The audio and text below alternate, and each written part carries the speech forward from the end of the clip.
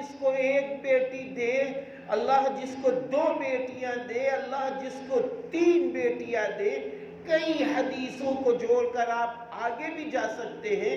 فرمایا پھر اس کی ماں، اس کے باپ اس کی اچھی تربیت و پرورش کرے، اسے صالحہ بنائے اور پھر نیک صالح مرد سے اس کا نکاح کر دے تو ان لڑکیوں کے ماں باپ جنتی ہیں۔ اور دوسری روایت کے مطابق ہے کہ ان لڑکیوں کے ماں باپ جنت میں مجھ سے اتنے قریب ہوں گے، نبی نے فرمایا جتنے یہ 2 انگلیاں قریب۔ اور پھر یہی وہ خاتون ہے جن خاتون کے متعلق ہے کہ جب اللہ رب العزت حضرت آدم علیہ السلام کو پیدا کرنا چاہ رہا ہے تو دنیا کے اندر سے زمین سے مٹی اللہ نے منگوائی، لیکن جب حضرت حوا علیہ السلام کو اللہ نے پیدا کرنا چاہا تو جنت کے اندر حضرت آدم علیہ السلام کی بائیں پسلی سے حضرت حوا علیہ السلام کو پیدا فرمایا۔ اب آپ بتائیے کہ عورت اللہ کے نزدیک کتنی قیمتی ہے کہ جب عورت کو پیدا کرنے کا مسئلہ آیا تو اللہ نے جنت میں پیدا کیا۔ اسی طرح کلام اللہ کو آپ اٹھا لیجئے اور کلام اللہ کی صورتوں کو آپ دیکھتے جائیے، آپ کو کوئی سورہ ایسی نہ ملے گی جس کا نام سورۃ الرجال ہو، لیکن ایک سورہ ہمیں آپ کو ایسی قرآن پاک میں ملے گی جس کا نام سورۃ النساء رکھ دیا اللہ نے، عورتوں کی سورہ۔ آپ اندازہ لگائیں کہ اللہ کے نزدیک یہ عورت کتنی قیمتی ہے۔ آپ اس سے بھی اور آگے نکلیے، جہاں اللہ نے اولاد کی ترتیب بیان کی ہے، اس ترتیب میں سب سے پہلی ترتیب میں اللہ نے ایک خاتون کا، ایک بچی کا، ایک لڑکی کا ذکر کیا۔ یَهَبُ لِمَن يَشَاءُ إِنَاثًا وَيَهَبُ لِمَن يَشَاءُ الذُّكُورَ أَوْ يُزَوِّجُهُمْ ذُكْرَانًا وَإِنَاثًا وَيَجْعَلُ مَن يَشَاءُ عَقِيمًا۔ اللہ جسے چاہے بیٹی دے، بیٹا دے، یا بیٹی بیٹا دونوں دے دے، یا جس شادی شدہ خاتون کو چاہے بانجھ رکھے۔ تو الغرض اللہ کے نزدیک عورتیں کتنی قیمتی، بچیاں کتنی قیمتی، لڑکیاں کتنی قیمتی، کتنے احسانات اللہ کے خواتین اسلام پر ہیں۔ آپ دیکھیے کہ یہی خاتون جب باپ کے گھر پیدا ہوتی ہے بچی بن کر تو کہا جاتا ہے باپ کی ذمہ داری ہے کہ اس کی پرورش کرے، ان کے کھانے کا انتظام، ان کے کپڑوں کا انتظام کرے، ان کے رہن سہن کا انتظام کرے، ان کی تعلیم کا انتظام کرے۔ اور جب یہی خاتون شادی کے نام پر جب نکاح ان کا ہوتا ہے تو نکاح کے بعد یہی خاتون جب گھر سے نکلتی ہے تو اللہ رب العزت کی جانب سے اور رسول اللہ صلی اللہ علیہ وسلم کی جانب سے اس کو فقیر بنا کے نہیں نکالا جاتا ہے، اس کو مالدار بنا کے نکالا جاتا ہے، یعنی مہر معجل اسے دلایا جاتا ہے، یا بعد میں مہر ملتا ہے اور وہ مہر لڑکی کی، دلہن کی ملکیت ہوتی ہے۔ اسلام نے ان کو فقیر بنا کے گھروں سے نہیں نکالا، مالدار بنا کے گھر سے نکالا جا رہا ہے۔ اور پھر جب یہ گھر سے نکل بھی جاتی ہے، نکلنے کے بعد ابھی باپ کے ترکہ میں ان کا حصہ رہتا ہے، چاہے انسانوں نے یعنی ان کے بھائیوں نے شادیوں میں لاکھوں روپے خرچ کیے ہوں، وہ مسئلہ اپنی جگہ ہے، لیکن اگر باپ کا انتقال ہوتا ہے تو باپ کے حصے میں اس بہن کا، جو اس کی بہن ہے، یا باپ کے حصے میں اس کی بیٹی کا حصہ برقرار رہتا ہے، ترکہ میں حصہ ہوتا ہے۔ ابھی بھی یہ بات آئی ہے تو میں اس کی وضاحت ایک اور بھی کر دوں کہ آج جب باپ کا انتقال ہوتا ہے تو باپ کے انتقال کے بعد بھائیوں کی حالت یہ ہوتی ہے کہ وہ اپنی بہنوں سے گفتگو بھی نہیں کرتے، بلکہ ایک ایسا ماحول بنا دیا جاتا ہے، ایسا ماحول بنا دیا جاتا ہے کہ بہنیں یہ کہنے پہ مجبور ہو جاتی ہیں کہ بھیا ہمارے پاس بہت کچھ ہے، اب آپ لوگ لے لو، بھیا ہمارے پاس بہت کچھ ہے، اب آپ لوگ لے لو، جو بھی ابا کا مال ہے وہ آپ لوگ بانٹ۔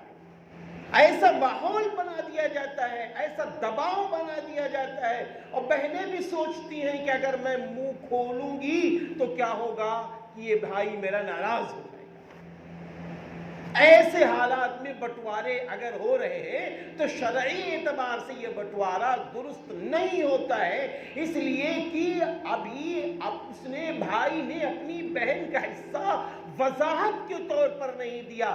جس طرح بھائی لوگ اپنے حصے تقسیم کر رہے ہیں، ایسے ہی اپنی بہنوں کا بھی حصہ تقسیم کریں اور اپنی بہنوں کو وہ حصہ دے دے۔ اب اس کے بعد ان کی مرضی ہے، جو چاہے وہ کرے۔ ہم یہ نہیں کہہ سکتے ہیں کہ ہم نے اپنی بہن کی شادی میں ایک موٹی رقم لگائی، بہن کی شادی میں جو بھی رقم لگائی، 500 1000 لوگوں کو جو ہم نے جوڑا یا جو جہیز میں ہم نے سامان دیا، یہ سب ہم نے اپنی ناک کو اونچی اور اپنی مونچھ کو بڑی رکھنے کے لیے یہ سارے کام کیے۔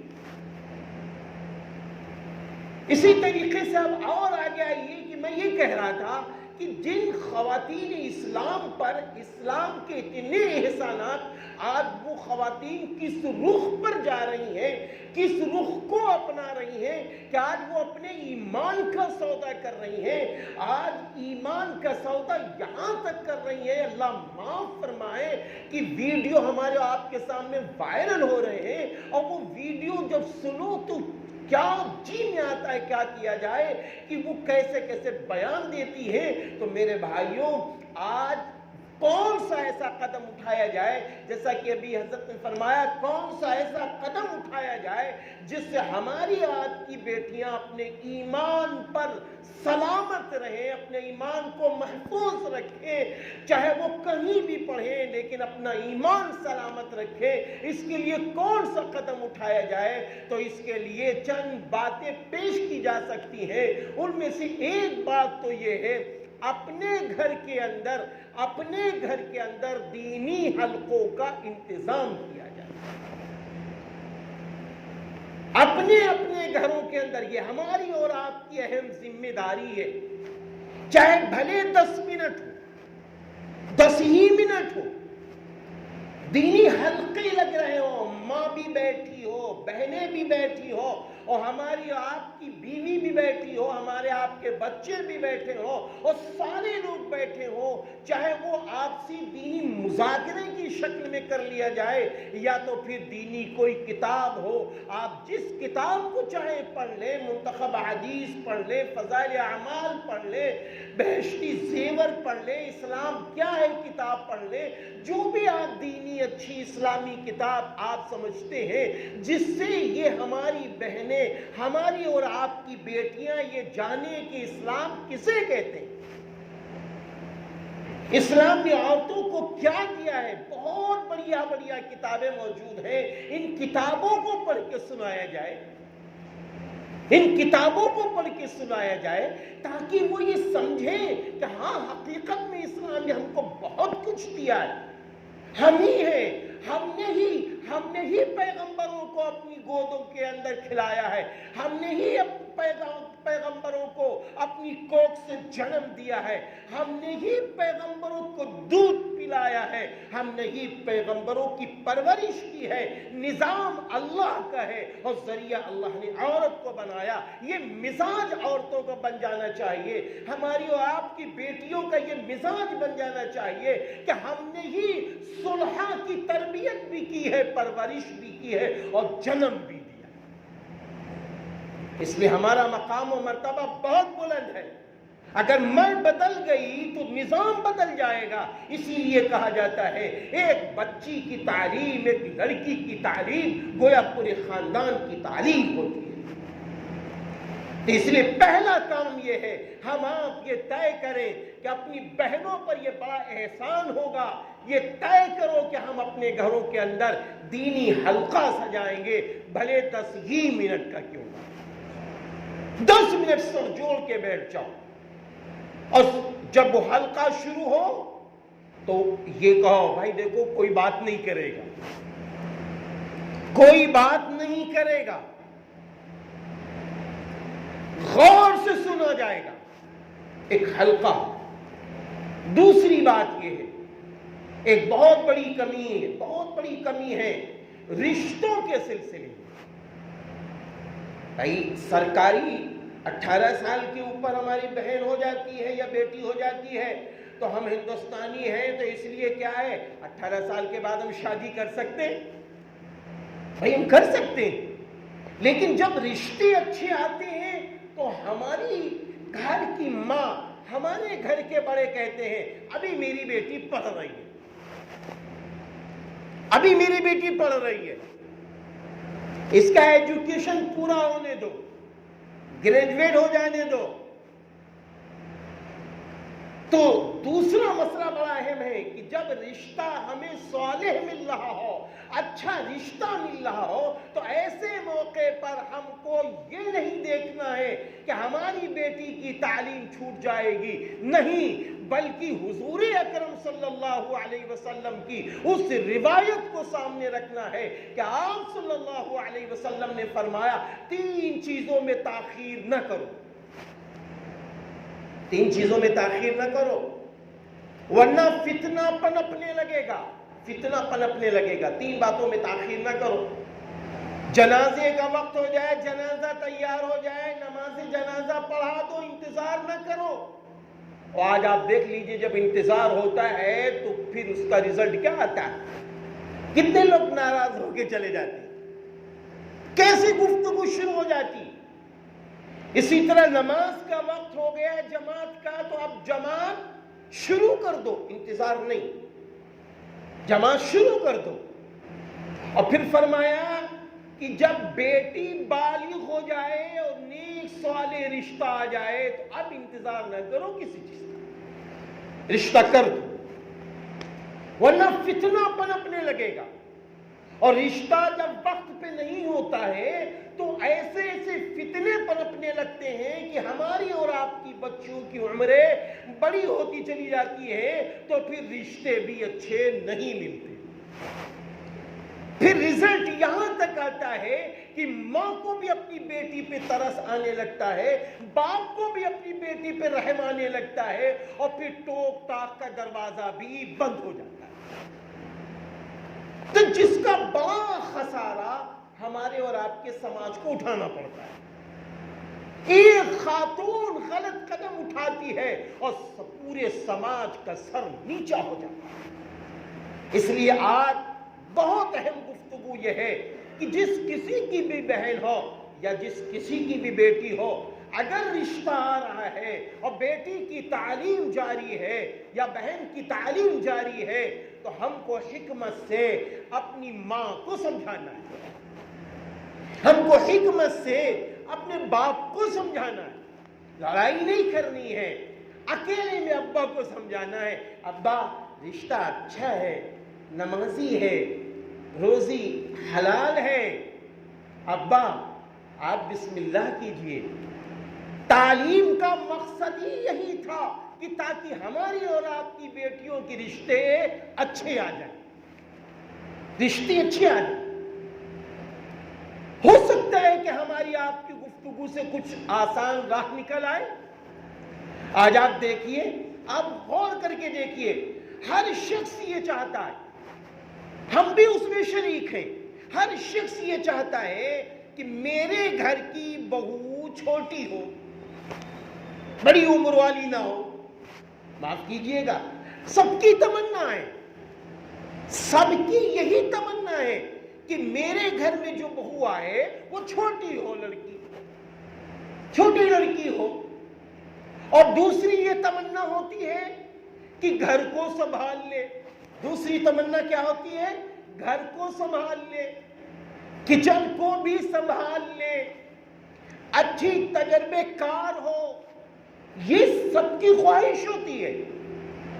تو آپ دیکھیے کہ جب سب کی یہی خواہش ہے تو ہم اگر وہیں پر دوسری نظر ڈالتے ہیں، اگر انہی کے یہاں بیٹی ہے تو وہ بیٹی کا رشتہ ابھی اس وجہ سے نہیں کر رہی ہے کہ بیٹی پڑھ رہی ہے، بہو لانا چاہتی ہیں چھوٹی اور اپنی بیٹی کو بنا رہے ہیں بڑی. کیا ہو رہا ہے؟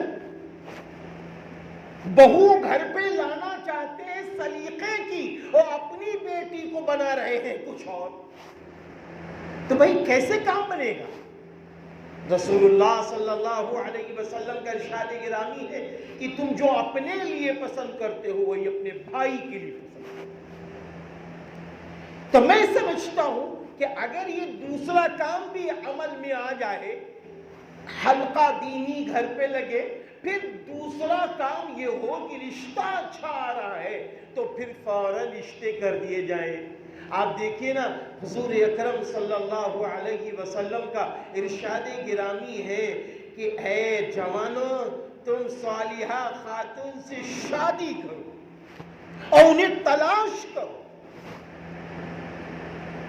تو پتہ یہ چلا کہ تیسرا ہمارا اور آپ کا کام یہ ہے بیٹیوں کو صالحہ بنانا. آج ہم یہ کہہ دیتے ہیں ہم اپنی بیٹی کو ڈاکٹر بنائیں گے، ہم اپنی بیٹی کو انجینئر بنائیں گے، ہم اعلیٰ قسم کی تعلیم دلائیں گے، کوئی حرج نہیں. لیکن پہلا کام اس بیٹی کی ماں کا یہ ہے، اس بیٹی کے باپ کا یہ ہے کہ سب سے پہلے اپنی بیٹی کو ایمان والا بنا لیں، اپنی بیٹی کو سب سے پہلے دیندار بنا لیں، اپنی بیٹی کو سب سے پہلے قرآن و حدیث کی تعلیم دے دیں، اس کو نازلہ قرآن بھی پڑھنا آتا ہو اور قرآن کو سمجھ کر بھی پڑھنا آتا ہو اور اس کے ساتھ وہ شریعت کو سمجھ رہی ہو، پھر انشاءاللہ نفع اچھا ملے گا. اگر یہ چند کام ہو جائیں تو کافی حد تک ہمارے اور آپ کے سماج کے اندر یہ جو رونا ہے کہ ہماری آپ کی بہنیں بڑی ہوتی چلی جا رہی ہیں، تو انشاءاللہ اس کا نفع کافی مل سکتا ہے اور ہماری اور آپ کی بہنیں اور بیٹیاں چھوٹی چھوٹی عمروں پر اچھے اچھے رشتے پا سکتے ہیں.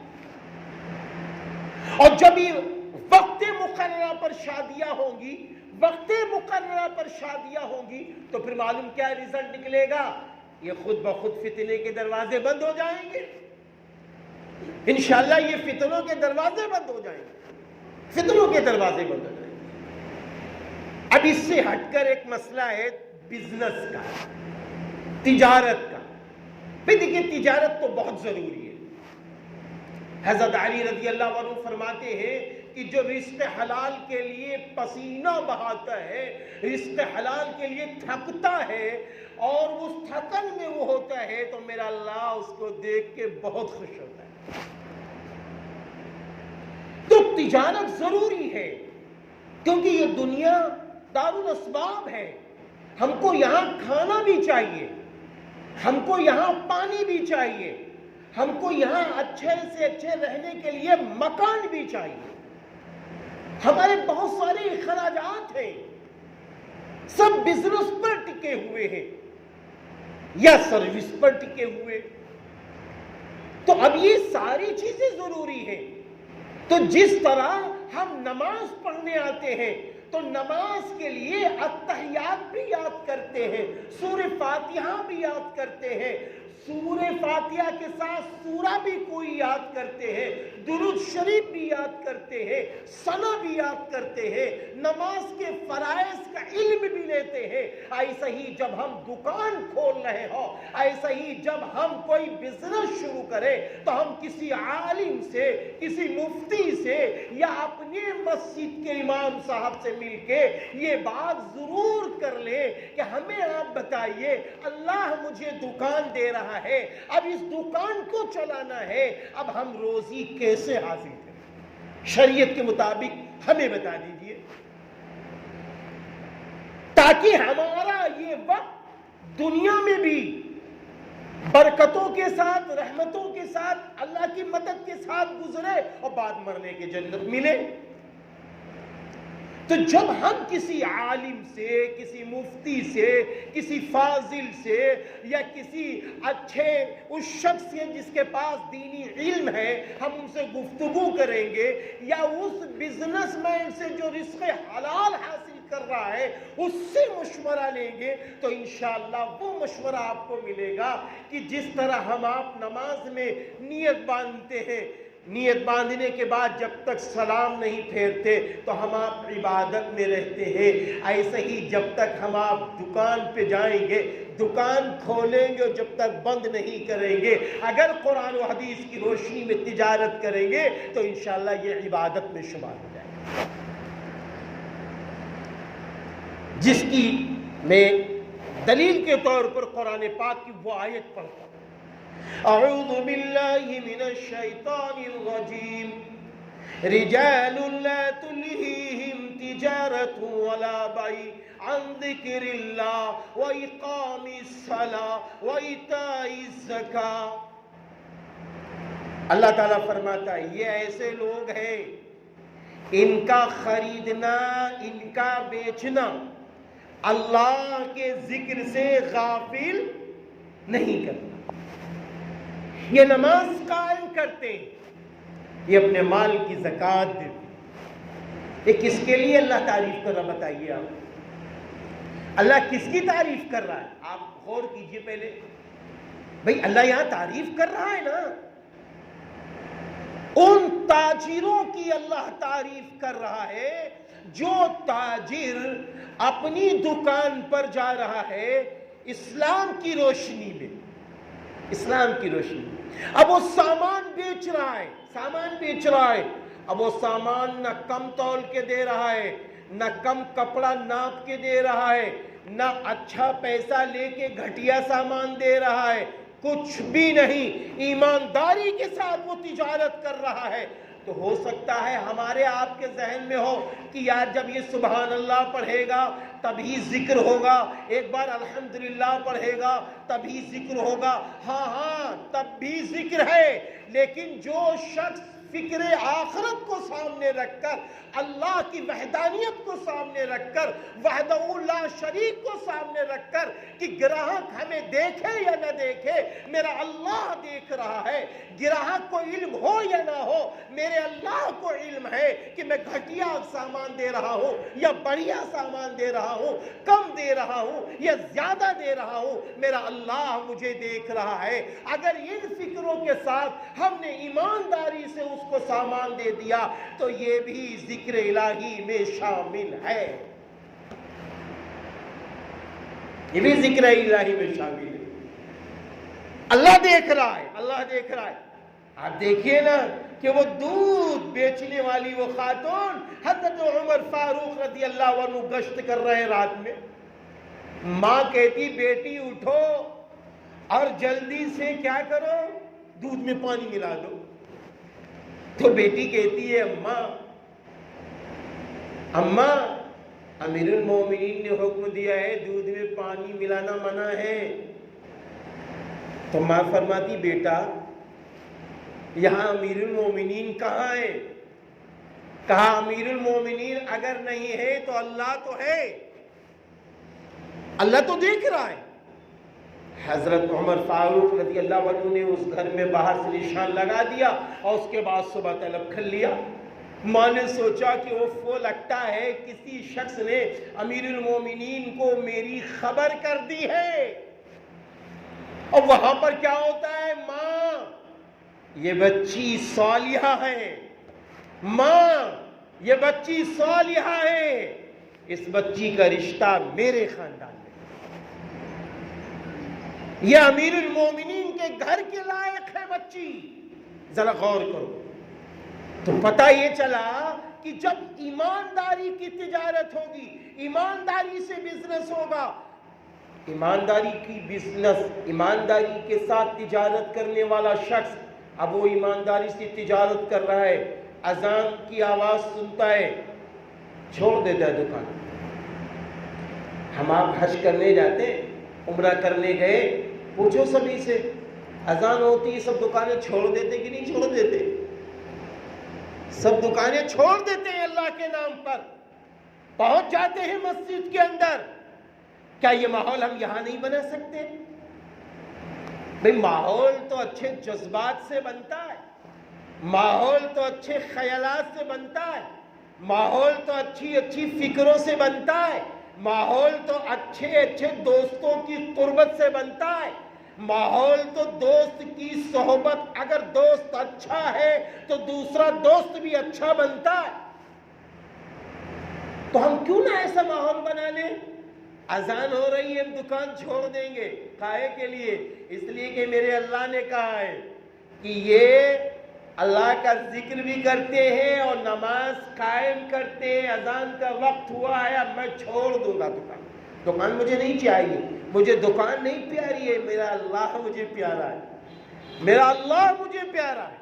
اس لیے کہ اللہ جب کسی بندے سے خفا ہوتا ہے، ایک بات اچھی طرح سن لو، اللہ جب کسی بندے سے خفا ہوتا ہے تو اللہ تعالیٰ اس کی دولت کو نہیں چھینتا.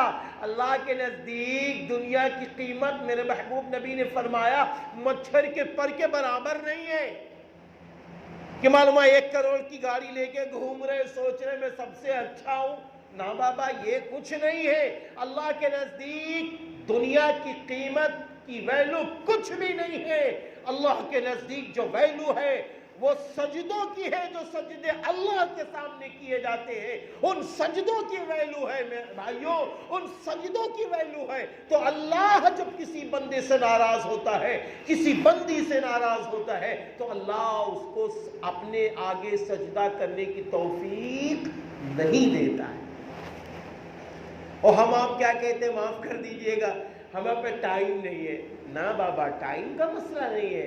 اللہ نے سجدے ہم کو اپنے آگے کرنے کے لیے تیار ہی نہیں ہے. وہ ناراض ہے، وہ ناراض ہے. تو اس لیے میرے بھائیوں، ہم جب تجارت کر رہے ہو تو دوسرا کام کیا ہے؟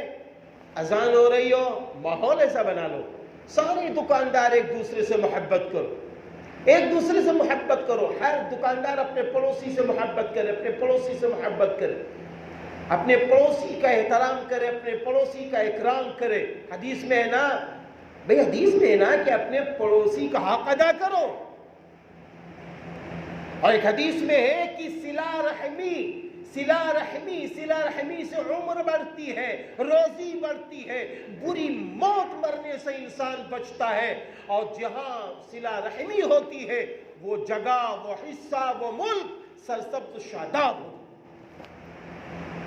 صلہ رحمی باپ کے ساتھ بھی ہو، ماں کے ساتھ بھی ہو، اپنے بڑے بھائیوں کے ساتھ بھی ہو، اپنے چھوٹے بھائیوں کے ساتھ بھی ہو، اپنی بہنوں کے ساتھ بھی ہو، اور اپنے رشتہ داروں کے ساتھ بھی ہو، اپنے آس پاس کے گھر والوں کے ساتھ میں بھی ہو. گھر والے کسی بھی مذہب کے، آس پاس کے بسنے والے کسی بھی مذہب کے ہو، کسی بھی برادری کے ہو، یہ سب ہمارے پڑوسی ہیں. ایسے ہی جہاں ہم کھڑے ہو، ہمارے آس پاس کے کھڑے ہونے والے ہمارے پڑوسی ہیں. ہم ٹیکسی میں بیٹھے ہیں تو آس پاس کے لوگ ہمارے پڑوسی ہیں. ہم ٹرین میں بیٹھے ہوئے آس پاس کے لوگ ہمارے پڑوسی ہیں. ہم دکان جہاں کھول رہے ہیں اس دکان کے آس پاس چاہے جس مذہب کا آدمی ہو، یہ سب ہمارے پڑوسی ہیں. ہم پڑوسیوں کا اگر حق ادا کریں گے تو میرا اللہ خوش ہو جائے گا، میرا اللہ خوش ہو جائے گا. اب پھر اس کے بعد اذان ہو گئی ہے، ہم کو یہ فکر ہو کہ یہ ہمارا پڑوسی ہے، چلنے لگے بھائی اذان ہو گئی ہے، کافی ہے. انشاءاللہ اگر نہیں ہے تو انشاءاللہ کچھ لمحوں کے بعد وہ بیدار ہو جائے گا، وہ بیدار ہو جائے گا. یہ ریا نہیں ہے، یہ شہرت نہیں ہے کہ میں نماز پڑھنے جا رہا ہوں تو میں بتا رہا ہوں. نہ یہ دل میں نہ لانا. کبھی کبھی یہ دل میں آتا ہے، ارے یار یہ کہے گا بڑا نمازی ہے. کیونکہ شیطان حملے طرح طرح سے، ہر قسم کی تمام فکروں کے ساتھ شیطان حملہ کرتا رہتا ہے. حملہ ایک یہ بھی ہوتا ہے، کیا ارے کہنا نہیں ورنہ یہ کہیں گے بڑے نمازی ہیں، بڑے نمازی ہیں، سب کو دعوت دیتے. نہیں، ہمارا کام ہے دعوت دینا، کیونکہ اللہ رب العزت نے قرآن میں فرمایا وَمَنْ أَحْسَنُ قَوْلًا مِّمَّنْ دَعَا إِلَى اللَّهِ وَعَمِلَ صَالِحًا وَقَالَ إِنَّنِي مِنَ الْمُسْلِمِينَ. اللہ فرماتا ہے اور اس سے بہتر کس کی بات ہو سکتی ہے جو لوگوں کو اللہ کی طرف بلائے. وَعَمِلَ صَالِحًا، اور بھلے کام بھی کر رہا ہو، اچھے کام بھی کر رہا ہو. کون سے کام؟ جو اللہ رسول کو پسند